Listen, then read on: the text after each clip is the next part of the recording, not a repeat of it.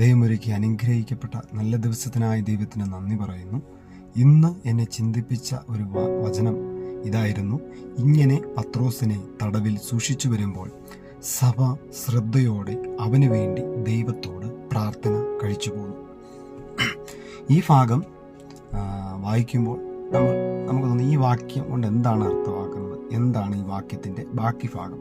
അതായത് ദൈവത്തിന് വേണ്ടി നിലനിന്ന ദൈവവചനം പ്രഘോഷിച്ച ദൈവപ്രവൃത്തി വെളിപ്പെടുത്തിയ പത്രോസിനെ അന്നത്തെ ഭരണകൂടം എന്ത് ചെയ്തു? കാരാഗൃഹത്തിലാക്കി.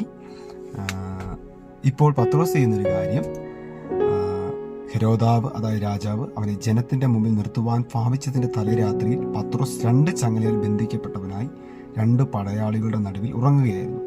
വാതിലിന്റെ മുമ്പിൽ കാവൽക്കാർ കാരാഗൃഹം കാത്തുകൊണ്ടിരുന്നു. എപ്പോഴാണ് പത്രോസ് ഉറങ്ങുന്നത്? തലേദിവസം തനിക്ക് ശിക്ഷ വിധിക്കും, താൻ മരണപ്പെട്ടേക്കാം. ആ ഒരു സമയത്ത് അതിന്റെ തലേ രാത്രിയിൽ പത്രോസ് എന്ത് ചെയ്യുക? ഉറങ്ങുക. പക്ഷേ ഇവിടെ ഇതിനെക്കുറിച്ചൊക്കെ പറയുമ്പോൾ ഏറ്റവും പ്രധാനപ്പെട്ട ഭാഗമാണ് ഞാൻ വായിച്ചത്. ഇങ്ങനെ പത്രോസിനെ തടവിൽ സൂക്ഷിച്ചു വരുമ്പോൾ സഭ ശ്രദ്ധയോടെ അവനു വേണ്ടി ദൈവത്തോട് പ്രാർത്ഥന കഴിച്ചു പോകുന്നു. ഹല്ലേലൂയ. സഭയുടെ പ്രാർത്ഥനയെക്കുറിച്ച് അല്ലെങ്കിൽ ഒരു കൂട്ടത്തിൻ്റെ പ്രാർത്ഥനയെക്കുറിച്ച് പറയാനാണ് ഞാൻ ഈ കാര്യം ഇന്ന് ഷെയർ ചെയ്യുന്നത്. അങ്ങനെ ശ്രദ്ധയോടെ പ്രാർത്ഥന കഴിച്ചതുകൊണ്ട് പിന്നെയുള്ള ഭാഗങ്ങൾ, അതായത് 7-ാം വാക്യം പറയുകയാണ്, കർത്താവിൻ്റെ ദൂതനോട് പ്രത്യക്ഷനായി അറയിൽ ഒരു വെളിച്ചം പ്രകാശിച്ചു. അങ്ങനെ പത്രോസ് അവിടുന്ന് വിടുവിക്കപ്പെട്ട് പുറത്തു വന്ന് എവിടെയാണോ സഭ പ്രാർത്ഥിച്ചുകൊണ്ടിരിക്കുന്നത് അവിടെ എത്തി എന്ന് ഉള്ളൊരു ഭാഗം നമുക്കിവിടെ വായിക്കാൻ സാധിക്കുന്നുണ്ട്. ഹല്ലേലൂയ. അപ്പോൾ ഇതിനകത്തുള്ള പ്രതിസന്ധികൾ എന്തൊക്കെയാണെന്ന് ചോദിച്ചാൽ, പത്രോസ് തടവിലാണ്, 2 കാവൽക്കാരുടെ നടുവിലാണ് ഉറങ്ങുന്നത്. വെളിയിലൊക്കെ കാവൽക്കാർ കാത്തുകൊണ്ടിരിക്കുന്നു. പക്ഷെ ഒരു സാധ്യതയുമില്ല വെളിയിൽ വരാൻ. അടുത്ത ദിവസം തനിക്കുള്ള ശിക്ഷ വിധിക്കപ്പെടുന്ന ദിവസമാണ്.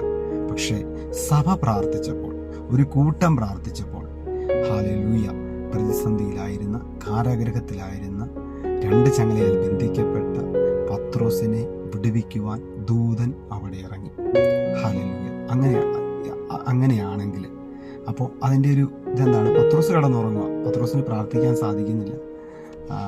പക്ഷേ സഭ പ്രാർത്ഥിച്ചു, ഒരു കൂട്ടം പ്രാർത്ഥിച്ചു. അപ്പോൾ ഒരു കൂട്ടത്തിൻ്റെ പ്രാർത്ഥനയുടെ പ്രത്യേകതയെക്കുറിച്ച് പറയാനാണ് ഞാൻ ഇപ്പോൾ ഈ മെസ്സേജ് ഷെയർ ചെയ്യുന്നത്. ഹല്ലേലൂയ. നമ്മളിപ്പോൾ സോഷ്യൽ മീഡിയകളിലും അല്ലെങ്കിൽ മീറ്റിങ്ങുകളിലൊക്കെ പോകുമ്പോൾ കാണുകയും കേൾക്കുകയും ചെയ്യുന്ന ഒരു കാര്യമാണ്, നിങ്ങൾക്ക് വേണ്ടി അത്ഭുത വഴികൾ തുറക്കുന്നു, വാതിലുകൾ തുറക്കുന്നു, നന്മകൾ വെളിപ്പെടുന്നു. ആ സമയത്തൊക്കെ ദൈവപ്രവൃത്തി നടന്ന് ആ വാക്കിലൂടെയൊക്കെ ദൈവപ്രവൃത്തി നടക്കും. ചില വാക്കുകൾ ചിലപ്പോൾ കാലതാമസം വന്നേക്കാം, അങ്ങനെയൊക്കെ വന്നേക്കാം. പക്ഷെ അതിനേക്കാളൊക്കെ ഉപരി ഒരു മനുഷ്യൻ്റെ ജീവിതത്തിൽ, ഒരു വ്യക്തിയുടെ ജീവിതത്തിൽ, അല്ല കർത്താവിൽ ആശ്രയിക്കുന്ന ഒരു വ്യക്തിയുടെ ജീവിതത്തിൽ ഒരു കൂട്ടത്തിൻ്റെ പ്രാർത്ഥന ഭയങ്കര അനുഗ്രഹമാണ്. ഇപ്പോൾ ഈ കാലഘട്ടത്തിലാണ് നമ്മളിങ്ങനെ മീറ്റിങ്ങുകളൊക്കെ ചെല്ലുമ്പോൾ ഇങ്ങനെയുള്ള വാഗ്ദത്തങ്ങളും തുറക്കാൻ പോകുന്നു, അത്ഭുതങ്ങൾ നടക്കുന്നു എന്നൊക്കെ കേൾക്കാറുള്ളത്. അവിടെ ദൈവപ്രവൃത്തി നടക്കത്തില്ലെന്നല്ല ഞാൻ പറയുന്നത്.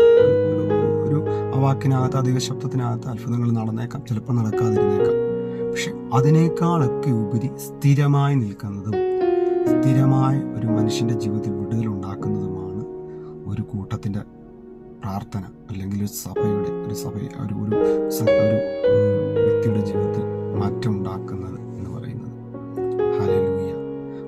പണ്ട് കാലങ്ങളിൽ ആദ്യ സമയങ്ങളിലൊക്കെ ഈ കാലഘട്ടത്തിലാണ് നമ്മൾ മറ്റുള്ള കാര്യങ്ങൾ കാണുന്നത്. ആദ്യ സമയങ്ങളിലൊക്കെ പ്രതിസന്ധിയിലും പ്രശ്നങ്ങളിലുമായിരുന്ന ജനങ്ങൾ വിടുവിക്കപ്പെട്ടത്. ഇന്നും പല സ്ഥലങ്ങളിൽ അങ്ങനെ നടക്കുന്നുണ്ട്. വിടുവിക്കപ്പെട്ടതെന്ന് പറഞ്ഞാൽ ഒരു കൂട്ടം പ്രാർത്ഥിച്ചു കഴിയുമ്പോൾ അവിടെ അവരേത് പ്രതിസന്ധിയാണോ അവരിന്ന് പടിപടിയായി കരകയറുന്നത് ഞാൻ കണ്ടിട്ടുണ്ട്, ഇന്നും കാണുന്നുണ്ട്. ഹല്ലേലൂയ. അപ്പോൾ നമ്മളായിരിക്കുന്നിടത്ത്, ഹല്ലേലൂയ, നമ്മൾ എവിടെയാണോ, ഏത് സംഘടനയാണോ, ഏത് സഭാ വ്യത്യാസമില്ലാതെ സഭ പ്രാർത്ഥിക്കുമ്പോൾ ആ പ്രാർത്ഥനയ്ക്കകത്ത്, അല്ലെങ്കിൽ നമുക്ക് വേണ്ടി ഒരു മധ്യസ്ഥത അവിടെ ഉണ്ടെങ്കിൽ, അല്ലെങ്കിൽ ഒരു പ്രാർത്ഥിക്കുന്നൊരു കൂട്ടം ഉണ്ടെങ്കിൽ നമ്മൾ ഒരിക്കലും തകർന്നു പോകത്തില്ല. അത് ആത്മാർത്ഥതയോടെ ശ്രദ്ധയോടെ, ഇവിടെ പറഞ്ഞിട്ടില്ലേ, ശ്രദ്ധയോടെ പത്രോസിന് വേണ്ടി പ്രാർത്ഥിച്ചെന്നാണ്. അപ്പോൾ നിങ്ങൾ ആയിരിക്കുന്ന സ്ഥലത്ത് ശ്രദ്ധയോടെ പ്രാർത്ഥിക്കുന്ന ഒരു കൂട്ടമുണ്ടോ? ഒരു ഒരു ഒരു വ്യക്തി നിങ്ങൾക്ക് വേണ്ടി ശ്രദ്ധയോടെ പ്രാർത്ഥിക്കുന്നുണ്ടോ? ഒരു കൂട്ടം പ്രാർത്ഥിക്കുന്നുണ്ടോ? ഹല്ലേലൂയ. നിങ്ങളായിരിക്കുന്ന അവസ്ഥയിൽ നിങ്ങളെ ഓർക്കുമ്പോൾ സ്തോത്രം ചെയ്യാൻ ആ കൂട്ടത്തിന് കഴിയുന്നുണ്ടോ? അവിടെ ദൈവപ്രവൃത്തികൾ നടക്കും. ഹല്ലേലൂയ. അങ്ങനെ നമ്മൾ ഓരോരുത്തരും, ഒരാളല്ല, ഒരു കൂട്ടമാണ് പ്രാർത്ഥിക്കുന്നത്. നമ്മൾ ഓരോരുത്തരും മറ്റുള്ളവർക്ക് വേണ്ടി പ്രാർത്ഥിക്കുന്നവരായിരിക്കാം. ഒരു സഭയാണോ നിങ്ങൾ, ഒരു വ്യക്തി, ഒരു കൂട്ടത്തിലാണോ നിങ്ങൾ? പരസ്പരം ഒന്ന് പ്രാർത്ഥിച്ച് ഹല്ലേലൂയ. ആ കൂട്ടത്തിൻ്റെ പ്രാർത്ഥനയ്ക്കകത്തുണ്ടാകുന്ന റിസൾട്ട് മറ്റു മീറ്റിങ്ങുകളിലൊന്നും നമുക്ക് ലഭിക്കത്തില്ല. ആ കൂട്ടത്തിൻ്റെ പ്രാർത്ഥന അത് സ്ഥിരമായിരിക്കും. അത് പടിപടിയായി നമ്മുടെ ജീവിതത്തിൽ ഏത് മേഖലയാണെങ്കിലും മാറ്റം വരുത്തും. ആമേൻ. God bless you. Have a nice day.